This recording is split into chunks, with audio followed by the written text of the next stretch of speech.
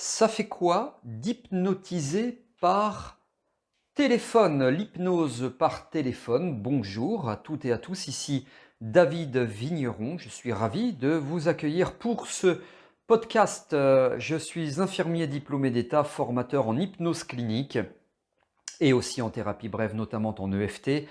Alors, je parle d'hypnose, ça tombe bien parce qu'on va parler de l'hypnose à distance, notamment les consultations à distance, qu'il s'agisse de téléphone ou de Zoom, alors que ce soit Zoom ou un autre logiciel, peu importe, en tout cas en distanciel via une caméra. Je vais démarrer avant cela, je vous précise que vous avez la possibilité de vous abonner à ma chaîne YouTube. Pour cela, cliquez sur le bouton s'abonner et activez la cloche de notification pour être informé lorsque je sors de nouvelles vidéos. C'est gratuit et c'est régulier, double effet qui se coule. Profitez-en. Alors, je voudrais d'abord commencer par répondre à cette question. En quoi est-ce qu'une séance par téléphone diffère d'une séance en présentiel, en personne, en one-to-one? Je vais aborder ça, je vais distiller cette réponse un petit peu partout là sur le podcast. Je vais également aborder les limites potentielles parce qu'il y en a bien sûr et je voudrais d'abord commencer par démystifier les idées reçues. Est-ce que c'est possible? Bien entendu que c'est possible. Alors, on ne va pas se voiler la face. C'est plus compliqué qu'en présentiel et le plus compliqué, c'est le téléphone, hein.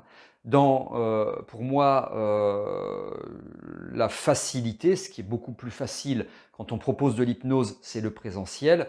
Un peu plus difficile, c'est le distanciel en caméra et encore plus difficile, c'est le distanciel par téléphone parce qu'on n'a pas le visuel.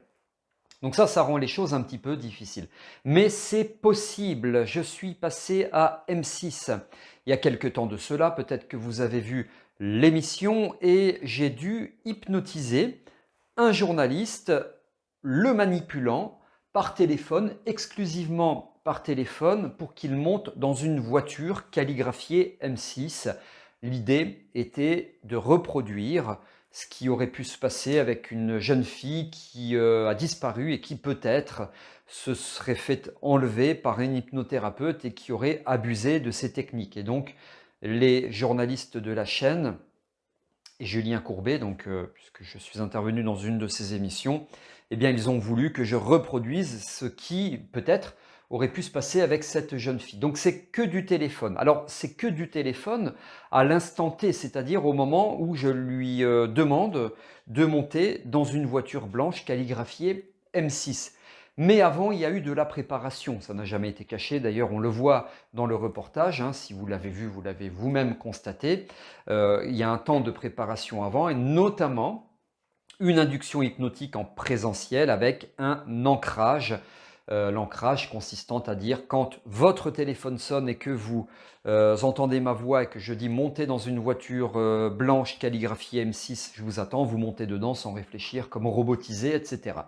Voilà, donc il y a quand même une préparation. Mais on ne peut pas toujours faire une préparation de ce type-là parce que si vous êtes en Belgique, par exemple, et puis votre consultant est en Australie, je vais prendre l'autre bout de la Terre, vous n'allez pas le voir la première fois pour une séance one-to-one en présentiel pour poser un ancrage, etc. Bon, voilà, ça c'est tout à fait logique. Mais néanmoins, c'est quand même possible. Alors, pour tout vous dire, au moment où je réalise ce podcast, je ne suis pas en France, je suis pas tout à fait à l'autre bout de la Terre, mais pas loin.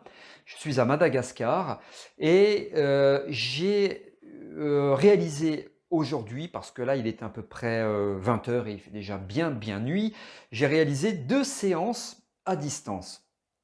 C'était prévu, les rendez-vous ont été posés il y a 3 semaines pour l'une et quasiment un mois pour l'autre. Et donc, première consultation ce matin, c'était par téléphone pour un coaching sur la perte de poids. Alors, ça a bien fonctionné. Je ne peux pas vous dire combien de kilos la personne a perdu, on l'a fait ce matin. Donc, elle n'a pas perdu 10 kilos en une journée, bien sûr. Ça a bien fonctionné techniquement parlant. Alors par téléphone, en fait, on a fait par WhatsApp, hein, voilà. Donc ça a bien fonctionné. Il m'a fallu bien sûr une bonne connexion. Je n'ai pas fait d'état modifié de conscience, je n'ai pas fait d'hypnose. J'ai juste proposé un état de relaxation. La personne s'est allongée, je ne l'ai pas vue. Donc c'est vrai que la partie visuelle, ça manque quand même. Et de l'éducation thérapeutique, notamment, entre autres, parce qu'il y a eu plein de choses qu'on a pu aborder, ça a duré à peu près 1 heure. L'activité physique régulière, j'ai rétabli des vérités par rapport à ça, par rapport au sport, par rapport à plein de choses, voilà. Et donc ça marche très bien, à peu près 1 heure, pas tout à fait 1 heure, et ça a bien fonctionné. Alors, ça a bien fonctionné s'agissant de la qualité de la séance, etc., de ce que je voulais aborder. Après, on va voir dans le temps, d'ailleurs, cette personne-là, j'ai un autre rendez-vous dans un peu plus de 3 semaines, hein, donc voilà. La seconde que j'ai eue en début d'après-midi, en milieu d'après-midi plutôt, c'était une personne qui me contacte pour phobie des araignées. Et puis j'ai dit, bah tiens, phobie des araignées, on va le faire en distanciel. C'était la deuxième séance, étant entendu que la première séance, je l'ai faite aussi en distanciel, mais j'étais en France tout simplement. La première séance, c'est de la préparation pour moi. La deuxième séance, on est vraiment sur le cœur du sujet, le cœur du traitement de la phobie, donc avec de l'EFT. Et ça fonctionne très très bien avec l'EFT. J'estime que l'objectif a été atteint. Évidemment, il y a tout un tas de choses à mettre en place autour de la séance, notamment techniques. Et voilà, ça a très bien fonctionné. Je trouve que c'est d'ailleurs beaucoup plus facile avec l'EFT que de pratiquer l'EFT en distanciel que de pratiquer l'hypnose. Ceci étant, je m'assure toujours que la personne ne soit pas seule, hein, qu'il y ait quelqu'un à proximité pour être là au cas où. Il n'y a jamais eu besoin d'avoir recours à cette personne qui est là au cas où, mais enfin, on ne sait jamais, ça peut toujours servir. Donc voilà, ça fait tout ça de pratiquer l'hypnose par téléphone ou à distance. Alors, je vais être très honnête, est-ce que c'est aussi efficace qu'en face à face? Je répondrai que oui, mais probablement pas pour obtenir, en tout cas par téléphone, des états modifiés de conscience profonds. C'est quand même beaucoup plus compliqué parce que je suis privé du kinesthésique, je ne peux pas toucher la personne, et je suis privé du visuel. Pour autant, j'ai déjà traité une personne, enfin accompagné une personne hyperalgique qui avait un pic douloureux en faisant de l'hypnose uniquement par téléphone, et ça a fonctionné. Alors il faut un petit peu s'adapter, voilà. Mais je pense que si j'avais été en présentiel, ça aurait beaucoup mieux fonctionné. Voilà. C'est mon avis personnel. Ceci étant, comme je viens de l'évoquer il y a quelques instants, par rapport à l'EFT, moi je constate globalement aucune différence s'agissant de l'efficacité, qu'on fasse en présentiel ou en distanciel. Parce que moi, c'est très très rare que je touche les personnes en EFT, sauf vraiment s'il y a des abréactions. Voilà. Ça veut dire, et je dois vous le préciser, que des grosses problématiques telles que stress post-traumatique, telles que deuil, enfin ce genre de choses, je ne le fais pas en distanciel, hein, je fais toujours en présentiel. J'évoquais il y a quelques instants ce cas d'aujourd'hui pour la phobie des araignées. On n'est pas, vous voyez, sur du souvenir traumatique, du stress post-traumatique, on n'est pas sur un deuil pathologique et difficile, etc. On est sur une phobie des araignées, c'est léger, je mets des guillemets, parce que la personne qui est phobique ne dit pas que c'est léger, mais évidemment, la charge émotionnelle est moindre comparativement à un deuil ou un stress post-traumatique notamment. Voilà.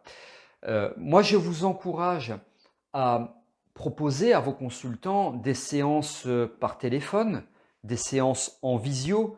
On est en 2024. On est en 2024. Ce discours-là, je vous garantis, vous pouvez peut-être me réécouter d'ailleurs, sur certaines vidéos de la chaîne YouTube, je ne le tenais pas avant 2020. Et puis 2020, comme moi, vous savez ce qui s'est passé, la pandémie, plus personne ne peut sortir, même pour aller consulter un hypnothérapeute, il a fallu s'adapter. Et c'est grâce, si je peux dire, à la pandémie, que je me suis mis au distanciel. Voilà. Et que je l'encourage, ce distanciel. Les inconvénients, je vous parle d'inconvénients, je vais vous dresser une petite liste d'avantages juste après. Les inconvénients, c'est qu'il faut avoir une super connexion internet. Que vous fassiez du WhatsApp, que vous fassiez de la visio, enfin, il faut avoir une super connexion internet. Vous et le consultant que vous accompagnez, qu'il soit à 2 km ou à 5000 km ou plus. Il faut avoir une bonne connexion internet. Premièrement, ça c'est un inconvénient s'il y en a un des deux qui n'a pas une bonne connexion internet. Deuxièmement, il faut qu'il y ait le calme autour de vous et le calme autour de la personne que vous accompagnez. Troisièmement, au niveau de l'efficacité, un inconvénient, c'est que je ne pense pas qu'on puisse obtenir un état d'hypnose aussi profond, tel qu'on le souhaite, en tout cas pas à chaque fois, en distanciel. Voilà. Mais comme je l'ai dit, pour l'EFT, pour moi, ça change rien du tout. Les avantages, eh bien, c'est que vous êtes accessible, vous, parce qu'on vous cherche, vous êtes compétent, vous êtes capable d'accompagner des personnes qui ont des douleurs chroniques, des personnes qui ont une phobie, etc. Et donc, vous êtes accessible pour tout le monde. Vous êtes à 500, à 800 km, à 2000 km, à 5000 km, c'est top. Vous pouvez faire une séance. Moi, il y a environ un an de ça, j'ai accompagné un monsieur qui était au Brésil, un expatrié, hein, tout simplement, au nord du Brésil, dans une ville qui s'appelle, elle m'échappe, peu importe,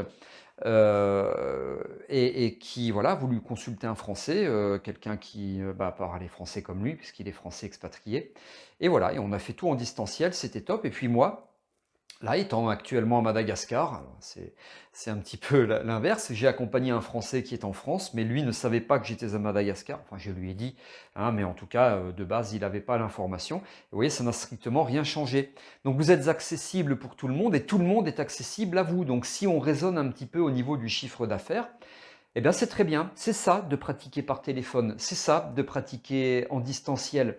Il y a également une flexibilité des horaires parce que si vous voulez consulter à 22 heures, ce n'est pas forcément gênant. Vous n'avez pas besoin de rouler de nuit pour aller à votre cabinet. La personne n'a pas besoin de rouler de nuit, surtout si c'est en hiver, pour vous rejoindre à votre cabinet. Et c'est moins, entre guillemets, gênant de faire une consultation en distanciel à 22 heures qu'une consultation en présentiel à 22 heures, je trouve en tout cas. Et par conséquent, ça m'amène en termes d'avantages à parler du gain de temps, du gain d'argent également, parce que vous évitez les déplacements. Et puis, il y a aussi cette possibilité d'avoir, là je parle de situations exceptionnelles, hein, d'avoir un accompagnement, de bénéficier d'un accompagnement, même dans des situations exceptionnelles. Une pandémie, demain, on ne le souhaite pas, mais si demain de nouveau on devait être confiné, c'est pas grave, on a le distanciel et c'est ok, on peut continuer à assurer les séances. Si la personne a une gastro, c'est contagieux, il faut éviter de fréquenter les personnes qui ont des gastros, hein, ou une grippe, ou même un Covid, ou je ne sais pas quoi, eh bien c'est super, vous êtes en distanciel, donc il n'y a aucun risque par rapport à ça.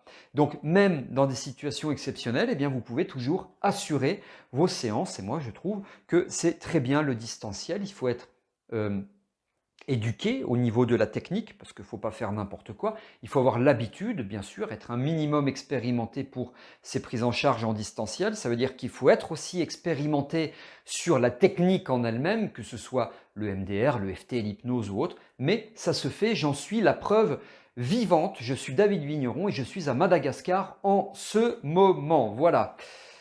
Si vous voulez me suivre, vous avez de quoi faire, hein. Sous cette vidéo, vous avez la possibilité de me laisser vos coordonnées. Vous recevrez mes informations, des conférences, des lives, enfin voilà, si ça vous intéresse, n'hésitez pas. Si vous avez aimé cette vidéo, vous pouvez liker en cliquant sur le pouce bleu. Et puis si vous avez des remarques, commentaires, suggestions, réactions, des questions ou autres, n'hésitez pas, je vous y réponds sans intermédiaire, c'est moi qui réponds et donc on peut ainsi échanger et là ça se passe sous cette vidéo.